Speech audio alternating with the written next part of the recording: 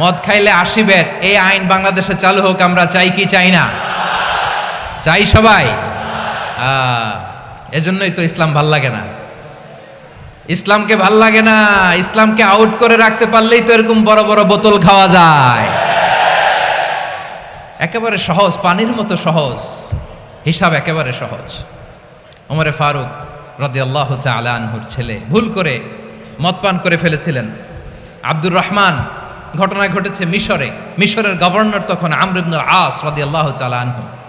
আব্দুর রহমানের ভাই যে গভর্নরকে বলল, গভর্নর যদি একটু দয়া করেন, খলিফার ছেলে আমার ভাই আব্দুর রহমান মদ্যপ অবস্থায় ধরা পড়েছে, জনসম্মুখে যদি আপনি বেত্রাঘাত করেন আমাদের প্রেস্টিজ থাকে না, যদি 80 বেত আপনি মারেন আমার কোনো কথা নাই, কিন্তু ঘরের ভেতরে মারেন। আব্দুর রহমানের ভাইয়ের সুপারিশ শুনে সাইয়েদনা আমর ইবনুল আস রাদিয়াল্লাহু তাআলা আনহু রাজি হয়ে গেলেন। ঘরের ভেতরে লোকচক্ষুর আড়ালে 80 বেত তিনি মানলেন। কিন্তু ঘটনাক্রমে এই কথা লুকিয়ে লুকিয়ে ঘরের ভেতরে 80 বেত মারার কথা সাইয়েদনা ওমর ফারুক মদিনা থেকে জানতে পারলেন। মদিনা থেকে তিনি ফরমান জারি করলেন, এই বিচার যেমনটি আমর ইবনুল আস আদায় করেছে এটা প্রকৃতপক্ষে আদায় হয় নাই। আসো সবাই মদিনায় আসো, আমর ইবনুল আস মদিনায় আসো, আব্দুর রহমানও আসো, সবাই আসো, জনসম্মুখে এই বিচার কার্যকর করতে হবে।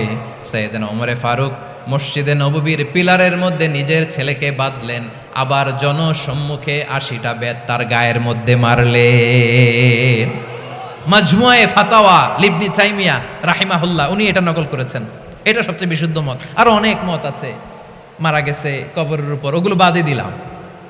কেমন খলিফা ছিলেন, কেমন খলিফা! পশ্চিমারা তোমরা জাস্টিস আমাদেরকে শেখাও, ইনসাফ কারে বলে সুশাসন আমাদেরকে তোমরা শেখাও। ওমরে ফারুক রাদিয়াল্লাহু তাআলা আনহু ওই বিচারকে তিনি ধর্তব্য মনে করেন নাই। মদিনাতে এনে আবার জনসম্মুখে আবার 80 বেত মেরেছেন। মিশরে ওমরে ফারুক রাদিয়াল্লাহু তাআলা আনহু আমর ইবনুল আসকে গভর্নর করে পাঠালেন। সেখানে আমর ইবনুল আসের ছেলে একটা প্রতিযোগিতায় রানার আপ হয়েছে। এক মিশরি সেখানে চ্যাম্পিয়ন হয়েছে। রানার আপ বুঝতে পেরেছেন তো? রানার আপ সেকেন্ড হয়েছে, এক মিশরি হয়েছে চ্যাম্পিয়ন প্রথম। কিন্তু গভর্নরের ছেলে ও জিততে পারে নাই, ও রাগে ওই মিশরির গায়ের মধ্যে কয়েকটা লাঠি দিয়ে বাড়ি মেরেছে। মিশরি যে মদিনাতে ওমরে ফারুকের কাছে বিচার দিলেন, আপনার গভর্নরের ছেলে অন্যায়ভাবে আমার গায়ে হাত তুলেছে। সাইয়েদনা ওমরে ফারুক আবার ফরমান জারি করলেন, আসো মদিনাতে আসো। মিশরীকে ডাকলেন। ওই মিশরের গভর্নর আমর ইবনুল আস রাদিয়াল্লাহু তাআলা আনহুকে ডাকলেন, তার ছেলেকেও ডাকলেন, সবাই বসে রইল। আমর ইবনুল আস রাদিয়াল্লাহু তাআলা আনহু মাথা নিচু করে বসে আছেন, লজ্জায় কাচুমাচু। হায় হায়, আজকে আমার ছেলের কারণে আমিরুল মুমিনিন খলিফাতুল মুসলিমিন ওমরে ফারুকের কাছে আমি জনসম্মুখে লজ্জিত হচ্ছি। সাইয়েদনা ওমরে ফারুক বললেন, এই নাও লাঠি, গভর্নরের ছেলে তোমার মাথার মধ্যে যতগুলো বাড়ি মেরেছে আজকে জনসম্মুখে তুমি অতগুলা বাড়ি মারো। মিশরি বলে, থাক, আপনি যে ডেকে আনছেন সবার সামনে এটা বলছেন, এতেই আমি খুশি। আল্লাহু আকবার! আপনার মহানুভবতা দেখে আমি খুশি, আর অপমানের দরকার নাই। ওমরে ফারুক বলে, না, খবরদার, এই কথা মিশরি তুমি বলো না, মারো, যতগুলা বাড়ি মেরেছে মারো। বাধ্য হয়ে মিশরি আমর ইবনুল আসের সামনে ওনার কলিজার টুকরা সন্তানের মাথার মধ্যে বাড়ি মারতে আরম্ভ করলেন।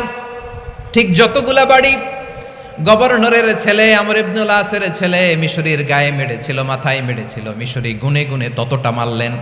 এই দৃশ্য দেখে ওমরে ফারুক রেগে মেগে আগুন, রাগের চোটে রাগ সামলাতে না পেরে আর নিজেকে সামলাতে না পেরে মিশরিরে বললেন, ছেলেরে মারা শেষ হয়ে গেলে এবার বাবার টাক মাথার মধ্যে কয়েকটা বাড়ি মার।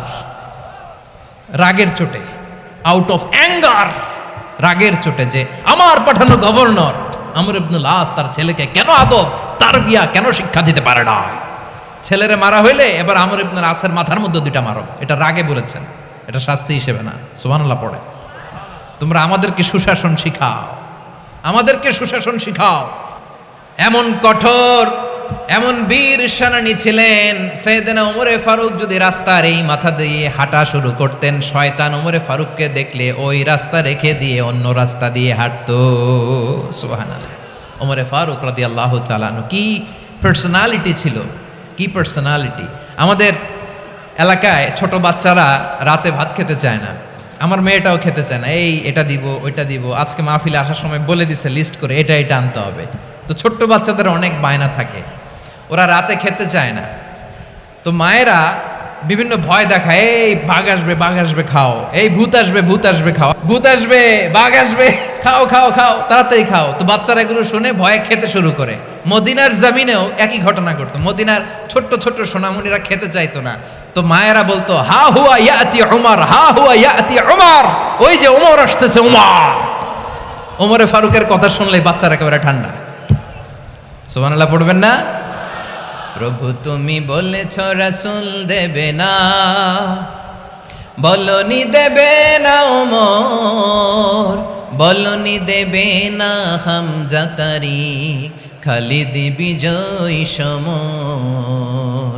প্রভু তুমি বলেছ রাসূল দেবে না, বলনি দেবে না ওমর, বলনি দেবে না হামজা তারিক, খালিদ বিজয় সমর। প্রভু তুমি বলেছ রাসূল দেবে না। আল্লাহু আকবার। ওমরে ফারুক রাদিয়াল্লাহু তাআলা আনহু, ওনার কথা শুনলে গায়ের মধ্যে গুজবাম হয়, গায়ের পশমগুলো দাঁড়িয়ে যায়। সুবহানাল্লাহ বলেন। কি পার্সোনালিটি ছিল, কি ব্যক্তিত্ব ছিল। মুনাফিকরা ওমরে ফারুককে জমের মতো ভয় পেতেন। শয়তান, খোদ শয়তান এই রাস্তা দিয়ে আসলে শয়তান অন্য রাস্তা দিয়ে হাঁটতো।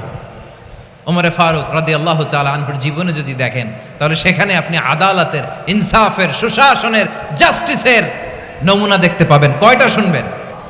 বিশ্বনবী বলেন আদালত এটা যেন তেন বিষয় না, এটা দিয়েই মানবিক সমাজ গড়তে হবে।